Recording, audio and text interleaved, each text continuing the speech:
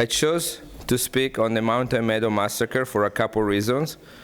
Number one is one of the essays of the gospel topics that have been written, one of the earlier ones that came out.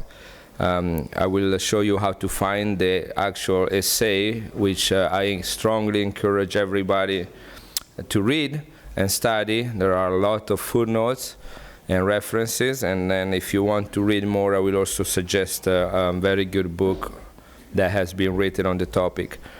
My involvement with the Meadows Massacre has been an accident. I never heard of it until a certain point, and then eventually I was asked to use my knowledge in science and the availability of a lab where I was working to do some testing to answer a couple questions that were pertaining, minor questions, but still for me, were interesting little projects pertaining to Mountain Meadows. So I'm going to give you some background on this, which has been considered one of the largest American against American massacre that took place on the American territory. I think only the unit bombing of Oklahoma has surpassed that as in size, and so it's a sad event in the history of United States as well as in the church history, and has been the topic of discussion and criticism toward the church for many years. So first of all, I want to remind everyone, in case we forgot, that the church believes in peace and love, and that we rely on the gospel of Jesus Christ to love our friends, our families, but also to love our enemies. The message of Jesus Christ is a message of tolerance and love. That's what we know in the church, that's what we teach, that's what we try to live. But I'm sure every one of you in your life had a little bit of a moment where maybe you lost your temper, or you yell at somebody, or you wish that the guy in front of you that cut you online in the car, maybe their tire blew off and they fell off the cliff or something. And so we're mortal, and we tend to have a need to control our feelings at times when we lose our patience. So even though we preach that the church is still made by men and women that have a free agency, and that sometimes don't represent the church as well as they should. And we suffer from that, and a lot of families and communities have suffered from that, and is a gross mistake to assume that the behavior of few represent the beliefs of many. But of course, as the Church of Jesus Christ is often under attack and the topic of discussion, then we can expect some of the more negative example in the history of the church to be used to generalize the whole church, in particular its leaders. I want also to remind, as a background, that the church was under heavy persecution during the first 2 decades. We cannot forget that since its organization in 1930, the Saints, which has been discussed earlier by Matt, were characterized by a sense of unity and gathering and building Zion. These have attracted many persecution, and they were not just verbal persecutions. And so some of the point, I mean, we know they had to relocate not by choice, but one of the event was the extermination order that was signed by the governor of Missouri, where basically they made it illegal for anyone to kill a member of the church without having to be prosecuted. And My wife is actually from Missouri, and she's a Mormon. And she told me that when she was born, the law was still in place. And they, for some reason, was forgotten in the Missourian legislation. And so up to the early 70s, you could still have kill a Mormon and then appeal probably to this law and not being prosecuted for it. And now that's being removed. There was another sad event, also in Missouri, the Meadows Massacre. I found a spell both with W and U. I don't know. Maybe somebody can help me understand which one is the correct spelling. I've been to that place. There is absolutely nothing there today. But at that time, there was a community of saints, and there was a mob that came into town and did a lot of violence on the saints, including the killing of 19 individuals as young as age 9. So there were also children that were killed on the event. Many reports of sexual violence, rape, stolen property, homes that were destroyed, saints that have been driven out from their homes. So why I'm saying that? I'm not saying this because as Latter-day Saints now we are justified to pay back, absolutely, but we have to remember the historical context and the fact that these people were on the defense all the time. They trusted other Latter-day Saints, but they were very wary about anyone else that maybe even started with some verbal accusation, because they always started that way and then eventually escalated into something more than that. This is a picture from the Meadows Massacre, an image, a painting that represents the saints, some of the saints hid into a barn, a building, and with weapons trying to defend themselves from the attackers, and that instigated or motivated the mobs to shoot. And there was a fire exchange which then led to the death of these individuals.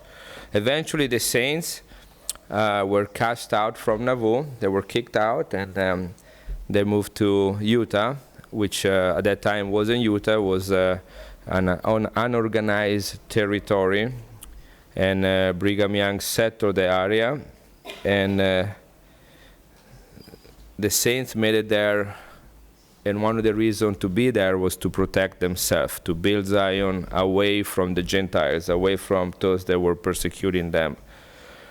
As they moved westward and they settled in Utah and the surrounding territory, one of the things that they faced was the encounter of native tribes, which at that point they were also very wary.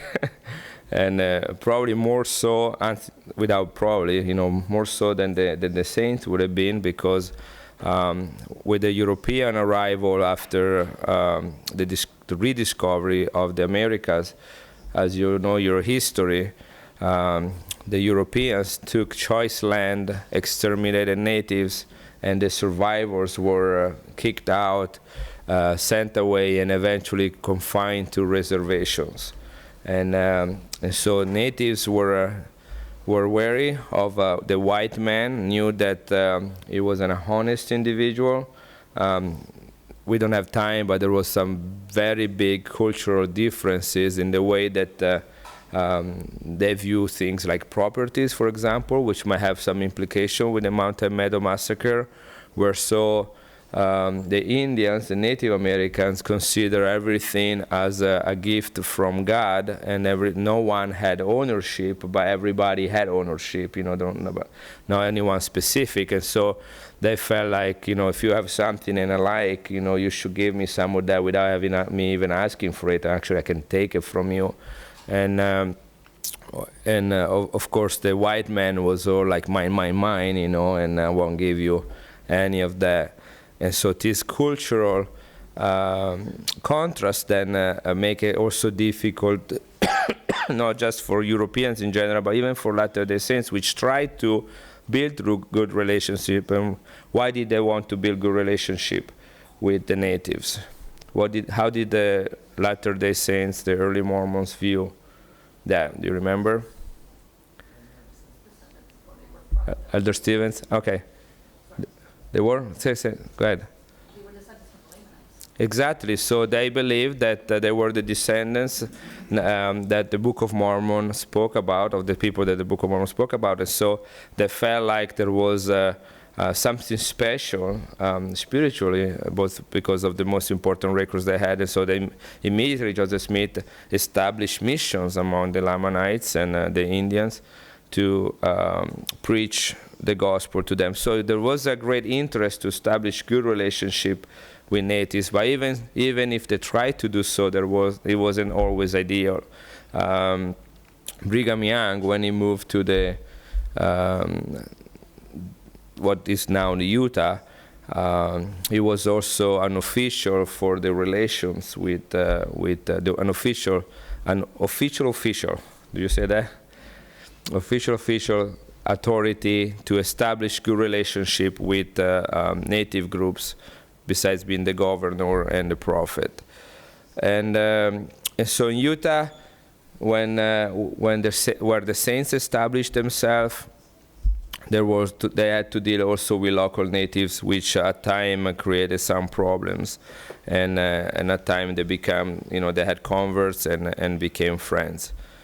Another things that happened were wrong reports or incorrect reports, and Matt should probably give this part of the presentation. I mean, he's the church historian. I'm just trying to give you some quick background. So if you think I'm saying something that is not correct, you please feel free to come here and help me with that.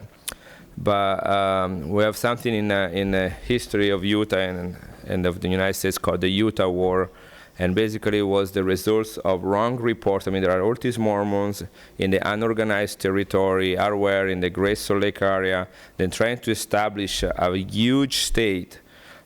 We somehow know the size of Utah today, but Brigham Young actually sent Mormons to settle different areas all the way from Canada down to Idaho, Utah, Nevada, Arizona, New Mexico, all the way to Mexico, right? That was a very north to south colonization, many settlements, many cities. They're still there today, still have a large population of Latter-day Saints.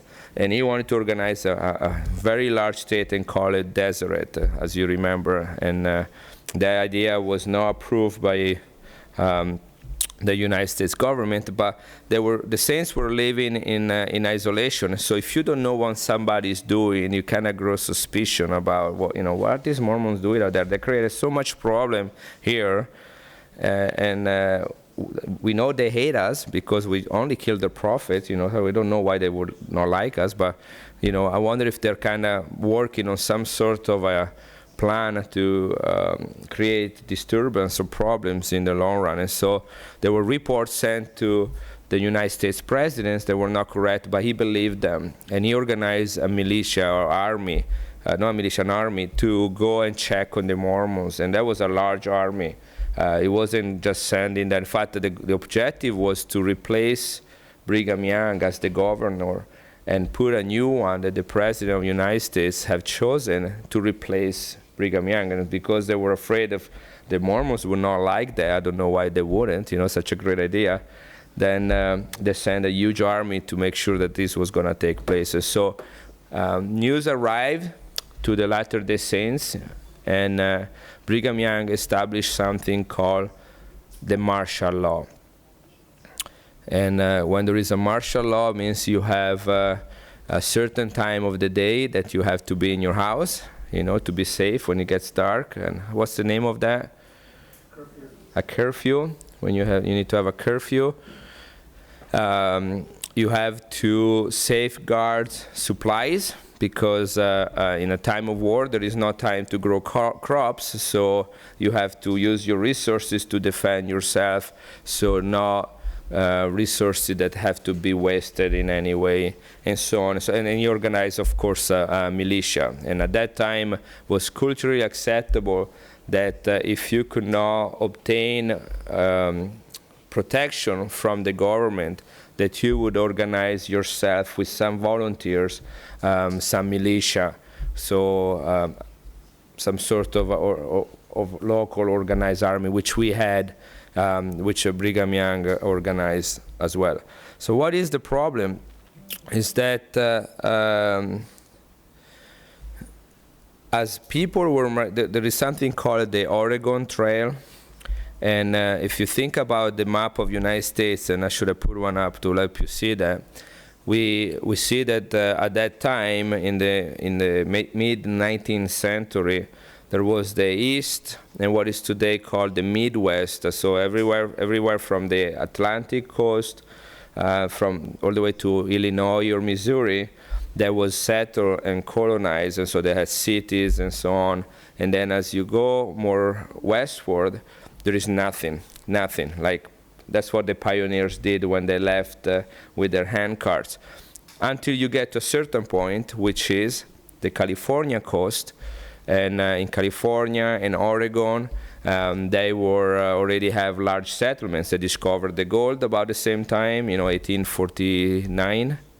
Was a big gold rush in California, so a lot of people moved there, large cities, and so great climate. People wanted to move there. They were maybe not happy, or they wanted something better than what they were having in the East or the Midwest, so they had to go there. It was a big problem. You saw how hard it was for the Saint. It was also hard for anybody else, and so there was this Oregon Trail, which allowed for a long migration, large caravans pulled by oxes and horses. You would take everything you have with you, so cows and other animals to start a new life over there. But it would be a long stretch to bring supplies for the long journey. And so you would try to stop at a certain place and get some more supplies. And so what people thought at that time is like, if I only can make it to Utah, which wasn't Utah, but to the Salt Lake, and they would come down from the north part, so from Wyoming, and then start going down to California, and then stop among the Mormons that we don't like, but we like their food, and kind of still there. We get a lot of people coming to our activities when we have a lot of refreshment, but they don't come on church on Sunday. So I'm actually proposing that we should have refreshment on Sunday too, and to increase participation. But that's what they wanted to do. They want to buy supplies. But now there is martial law, and so we were expecting to get to Utah and get something and buy something, and they're not selling it to us. And we really don't like these Mormons. So now we like them even less because they created a problem for us. How am I going to make it now from what is now known as Utah all the way to California?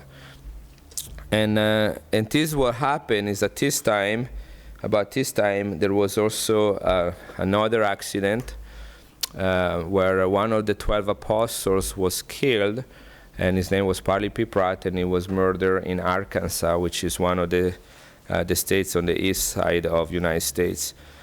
And so these events, if you start putting the pieces together a little bit and trying to get a feel of what these Mormons were feeling, their life was was a jeopardy. They were insecure. They felt they were not protected by the U.S. government. In fact, not only that, but they were sending an army to probably even attack them or destroy them. They just killed one of their apostles. They killed their prophet. They have to relocate it. They have a history of persecution. And they're not innocent as well, but they're getting a little bit wary of everything that is going around them. And so at a certain point in 1857, there was a caravan of migrants that were trying to make it to California, and they were called the Baker Fancher Caravan, because that's where the team leaders, and there were about 120 people or so, 130, 140 people. And then they made it from Arkansas. Okay, this is important. They just killed an apostle there, and they knew about it. Sounds like from some of the accounts that they actually, when they could not buy food in Utah, these people got so wary of how the Mormons were not dealing and helping them that they start verbally having some exchanges that were not very nice. And one of the topic was the fact, hey, we kill one of your apostles. We have the gun that shot Joseph Smith, your prophet. And I mean, I don't know how many of these accounts are true or just a legend, but this is some of the things I read in the books. And there was the things start escalating. And so the way that this group came in was from Wyoming down in the Salt Lake Valley, and then start going southward along what is today I-15, where they start going, then to Fillmore and then St. George, and then they would go again westward into California. And as they're making their way through the heaviest settlement of Latter-day Saints, they what's the word? The bickering? No, what's the, that's right? Say again? Bickering start increasing, and the rumors, the exchanges became worse and worse. Okay, so what happened then? So these are the references that I'm going to point out to you to learn more about this. And then I'm just going to give you a very brief summary in one slide of what happened, and then I'm going to tell you what something that I did that has to do with that. So again, I'm not trying to be the expert on the Meadows Massacre, but this is a book written by three very good church historians. It took probably is the book that took the longest in the history of the church to be written, because they wanted to make sure they had all the facts and everything was correct. It's called A Massacre at Mountain Meadows, and it's published by Oxford Press, I believe, right? Somebody know? Yeah. And then on the LDS.org website, if you go to LDS.org, and then in Italian will be under Scritture Studio, and then choose Argomenti Evangelici. In American, in English, will be Scriptures and Studies, Aid, and then you have Gospel Topics. And then where you find, this is the title of the essay in English, and this is the title of the essay in Italian. But here is the brief summary. So they arrive in down in Cedar City, which is south of Utah, and a state president there decides that perhaps a militia should go and attack these people. The things have gotten so rotten between that party and the local saints that by the time they're there, they feel like they have to take action and do something. And they have a council where this was decided, and somebody in the council did not agree with the decision, and so they say, well, let's send a messenger up to Brigham Young in Salt Lake City and find out what he wants us to do. Now, at that time, there was no cell phones or phone or telegraph. The way that news travel was through Pony Express. Okay, so it would take a 2 days ride up to Salt Lake City from Cedar City to give news to Brigham Young. Why I'm saying this? Because one of the attacks that we receive as a church is not just that there was this massacre, is that Brigham Young, the prophet, actually authorized it. Instead, there were documents that showed that there was a council where this was decided, where it was decided to send a militia, but that Brigham Young didn't know anything, and they sent news to Brigham Young to know how they wanted to act. And Brigham Young said, leave them alone, by the time he got back. But by the time the messenger came back, what happened? It was too late. And so they acted on the first order. Was a group of Latter-day Saints with the help of the Paiutes, which was a group of Native Americans that lived there, and also some natives that have followed that group along the, you were moving, and the Indians would kind of follow you along, on the side, kind of check on you and see what's going on and do some stuff with you or against you. And eventually, when the attack by the Mormon militia was made, by this group of people was made, the Fancher Baker group put all, as you see in the Western movies, they put all the wagons in a circle, to protect themselves and make some sort of fort, and they were shooting back to the Mormons hiding in the hills, and the Mormons were shooting back to them, and the Paiutes were helping the Mormons against this group. And then eventually they tricked them. The Mormons tricked this group. Not the Mormons, the Mormons that were there, okay? And they tricks them, and they say, you know, if you leave that camp that you made, we won't do anything to you, you know, basically white flag and truce, you know, let's talk about it. And so they really didn't have a lot of choice. They couldn't stay there forever. They left, and as they left and they escorted them, they turned toward them and execute them. And so both Mormons that were there and Paiutes killed 120 men and women that were disarmed, they had no weapons, and killed them right there, cold blood. The only one that were not killed were 17 or 18 children, age 8 or younger. They probably were too young to remember what happened. And then eventually these children were immediately given to local families to raise as their own. This time what happened, the messenger from Brigham Young arrived and said, don't do anything, just let them through. And so, the prophet had told us to do exactly the opposite of what we did. And so what happened? What does a child do when they do something wrong that mom and dad don't want them to do?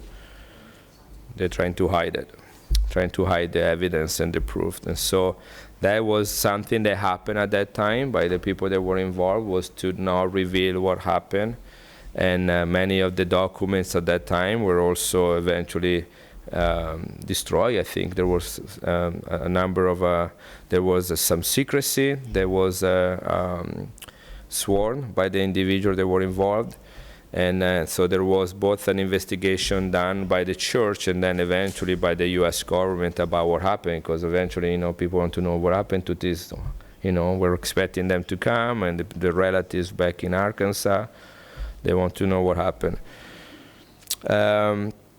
With regards of my involvement, there was a question. So what happened is that after almost 2 years that this whole thing happened,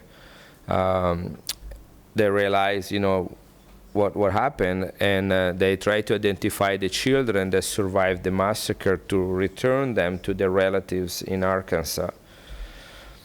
And records goes that they found all 17 children, but one was missing. They didn't know. And eventually, with the years went by, they identified this 18th child as a girl named Priscilla. And Priscilla was born in 1855, and there is no birth record for her. And she would have been 2 years old at the time of the massacre. And the rumor was that Bishop Philip Klingsmith, which was a local bishop involved with the massacre, he was there, took this girl in, raised her as her own, and did not reveal or did not return it, so making something really bad into something a little bit worse, you know. So this is where I come in. A number of years ago, descendants of this girl, of Priscilla, approached me and asked, is there a way that we can use DNA to establish the biological paternity of this girl? Is she the daughter of the family that raised her, or is she the daughter of the people that were massacred? And so what I did at that time was to reconstruct a little bit of her genealogy. So this is Priscilla, born in 1855. And then this is the individual that I was able to find as a direct descendant of her and test. And then to be sure that I was not missing something out, I looked for some relatives that were also related to her, but we had certainty they were not involved with the massacre, meaning their relationship is out of question with that family. So Priscilla's mom and dad had another girl that was born in 1859, so 2 years after the massacre. So no reason to believe that was another child that was adopted or hidden, that we didn't know anything about it. And so we find that I discovered a descendant for them, and then eventually, as the mother Betsy had a sister who had also descendants, and we asked for a DNA sample to her as well. So we have 3 individuals: 1, to establish a biological relationship, and 2, that we knew their genealogy. And these are mother to daughter relationships. Okay, so Priscilla had a daughter who had a daughter, and her sister had a daughter who had a daughter who had a daughter. Okay, so these are all female relationship, mother to daughter relationship. Why I did that is because there is a piece of DNA that is inherited exclusively on the maternal side.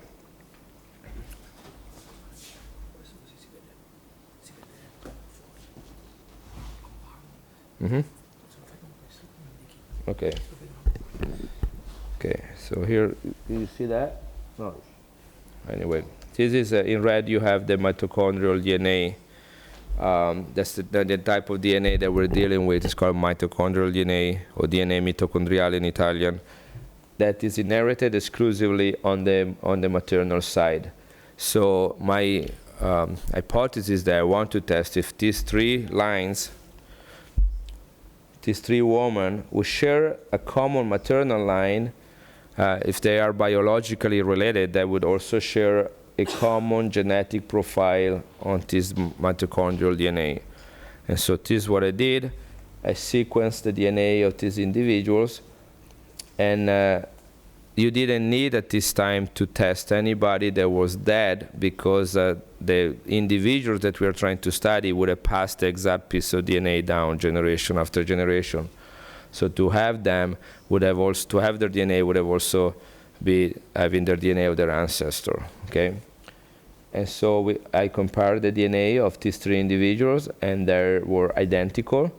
Then I compared this DNA with some large databases that are available, including a forensic database that has a lot of mitochondrial DNA profiles in it, and discovered that this is not only that they have the same profile, but there is also a very rare profile in the general population. So the fact that they have it similar to each other is not due to chance, but you know, they are indeed related with each other.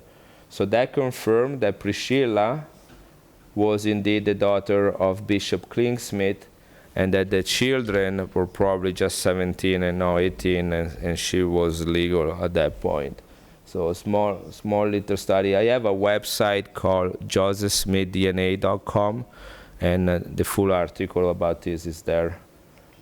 Another study that I was involved with has to do with why, with some of the escalation that took place as the party was traveling down, why they became more and more adamant and mean with each other.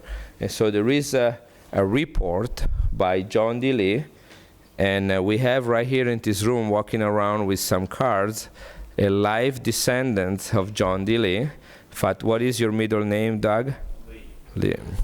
I wouldn't go around and say that, but no. that's not true, absolutely. I wish I had that middle name. It would make me more cool. And yeah, stop it right there. Okay. And so John D. Lee was one of the main characters involved with the massacre. They carried on the first instruction to go there and check on this party and eventually stop them.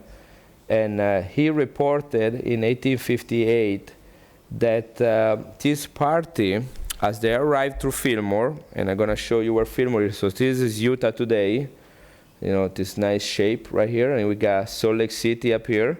So the party would have come down and then start going down pretty much this way.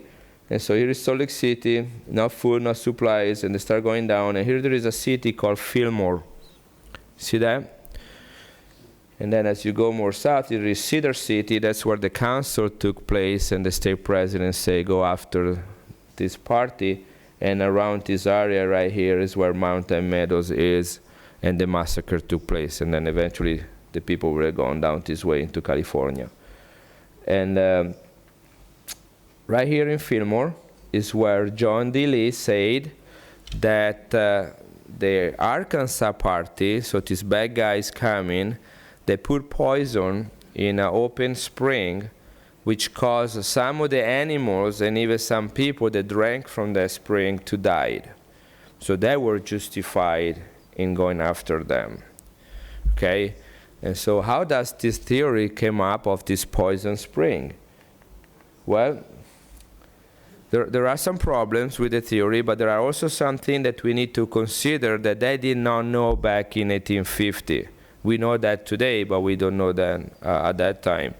First of all, based on the description, and there were some deaths. So that is true. There were animals that died, and there were people that died in Fillmore.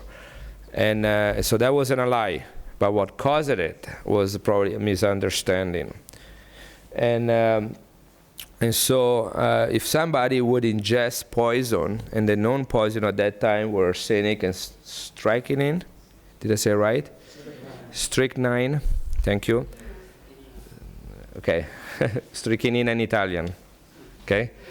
Strychnine, and the symptoms of ingesting these poisons would be stomach ache, stomach bleeding, vomiting, and convulsions. If you touch poison, usually, unless you put your hands to your mouth, you're okay. Unless you are continually exposed to that, and there is some skin absorption there, you can have some long-term effect on that. So based on the description how these people die and the way of transmission, it sounds like that could not have been poison, although at that time that was the best explanation they could provide. So this is what from the book Massacre on Mountain Meadows you read. In retrospect, the best guess is that microbes, not poison, caused the reported sickness, a disease borne by cattle and passed to humans. The most plausible explanation for what happened at Combe Creek, which was a spring in Fillmore, was that there was anthrax, which is easily passed from animals to animals, and is also passed from animals to human, but interestingly, is not passed from humans to humans. Okay, anthrax is a bacteria that releases some spores, and these spores has a very poisonous toxin in it that all you need to do is really a small quantity, either inhale it or even touch, and then it will get into an open sore, an open cut, and it will get to you and cause, in many cases, would be fatal. So there are some descriptions made about this description. I'm not going to go in details. I want to wrap these things up. But we have a doctor here, with Brian. He understands better than all of us that what we know about medicine today is not what people understood back then. The methods of curing disease or the understanding of disease was very much different, and we cannot say whether they were stupid or how could they believe that or how could they have done that, but that was the best they knew at that time, and they believe in it, and it was accepted. It was accepted by the science of that time as this is the best knowledge we have. And so we need to remember not to judge these people from what we know today. But there is a story of a boy, and this boy was from Fillmore. So the story, to make the story short, there were some animals from this party that died in around Fillmore. To keep good relationship with the natives that were following along, they donate the dead animals to the Paiutes, to the natives. And natives are known to also eat dead animals. If they will find something that is dead but not dead for too long, and they would eat it, you know. And I bet they had an incredible immune system, because what doesn't kill you, you know, make you stronger. But they would eat. So that it would have been an acceptable gift. So it was going to be a win-win situation. The natives would get some meat, and the party would keep the relationship a little bit okay with the natives by donating something that they didn't need anymore, you know. And what happened that one of the boys, the local boys, Proctor Robinson, went there one day with his knife and a friend, and they say, let's take the, is that the hive? I asked that yesterday. Hide, H-I-D-E, hide, the animal skin, the skin of because would have a value, you know. You could make a nice carpet or sell it, or, and so he went there with a knife and started cutting the skin. And then report says that he scratched his nose because he probably had a sore or a zit, and immediately his face started blowing up. By the time it was evening, his eyes were completely shut. He could not see anything, just a huge face that got inflated. And pretty soon, a few days after this event, the child died. And so and also some of the natives that ate the meat died, and that caused them to be even more mad. You know, what you were hoping caused a peaceful exchange, which instead became, which justify or at least make, you know, cause the Paiutes to follow them down to Cedar City and agree to attack them. And so this was what basically was the reason of thinking that there was some poison in this spring down in Fillmore. So let's talk a little bit about, there is an account why we think this is anthrax and not poison. So this party was coming from Wyoming, and there is an account from a local newspaper. This is the regional newspaper, and that's what it says, is that while they were still in Wyoming, one of the leaders of the Fancher Baker party died. And that caused a delay in their caravan journey. Because this person became really ill, and then after a few days died. And they said that he woke up one morning with a large sore on his hand. And so what they wrote in the newspaper is that he was probably bit by a tarantula while he was asleep. And we know a few things about tarantula. They're not that poison, and they don't bite usually. In fact, many kids, I know this might gross you out, but many kids in Utah, Wyoming, Arizona, what do they do with tarantulas? They keep them as a pet. You know, I mean, think about a spider the size of my hand, okay, with large, thick legs, and te ne regalo uno se vuoi. And they keep them as a pet. I don't know if you remember the movie Home Alone, when the kid just put that thing on somebody else's face, you know, Home Alone, okay, and so we know that it could not be possible. That was what the newspaper reported about the cause of death of the individual. Now I'm going to show you a slide. I hope it won't gross you out, but it's going to be a wound, okay, a little wound. So if you're weak of stomach, you can, you know, Brian, you probably don't want to look at that. I know you cannot stand blood and things like that. But here is 2 wounds. This is caused by a poison spider, and actually in North America, and more in South America, in southern United States, you know, southeast United States, there is a spider called the brown spider, and that is poisonous spider, although it's not lethal, but it causes necrosis of the skin and of the flesh. Basically, you start dying locally, but not whole, you know. And you might need amputation if not treated on time. But this is the wound, I don't know if you can see them, of a brown spider bite. And right here, you can see the difference, is actually what is caused by contact with anthrax. Okay, you see the difference? It's not much. difference. But guess what? That time, anthrax was endemic, meaning it was very common, found everywhere in the Americas. Animals would die of it regularly, but people did not know what caused it. And they didn't know of the existence. Anthrax was not yet identified and categorized as a toxin or a microbe caused by it. And so it would have justified these people to think that the man died of a spider bite, and that the people and the cattle that died in Fillmore could have been poisoned, and that the people that eat or touch that poison also die. That would have been like typical things or normal things to think about it.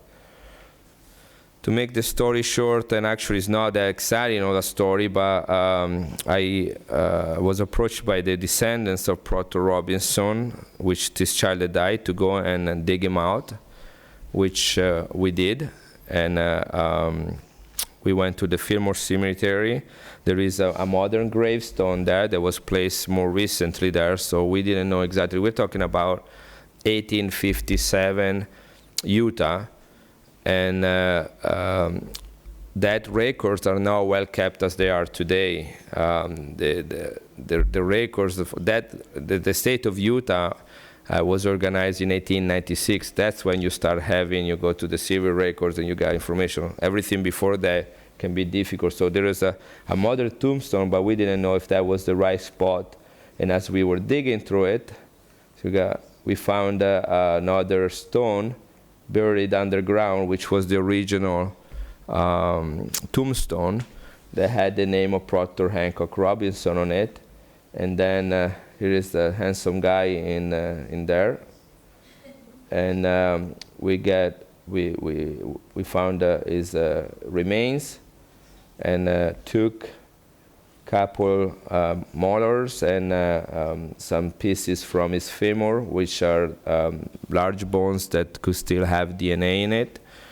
And then we collected some dirt samples around the skeleton, because when you would have anthrax, you would have a lot of, what's the word, Brian, excretion? No. Is that right? Like blood that would come out from your nose and your mouth and other parts of your body that we don't need to mention in a chapel. But and so we took the ground samples to see if we could find some anthrax spores. But the first things we did was to take the bones material to Florence. And here's the Duomo that you saw the other day. And next to the Duomo there is a university which deals with ancient DNA, and they did the same maternal DNA, mitochondrial DNA for these bone samples. And this is the boy that died in 1857, which he had two sisters that lived to adulthood. They married, have children, and so we had these three living descendants through maternal lines. So we tested these three individuals and then the remains to make sure that we had the right guy in the right grave.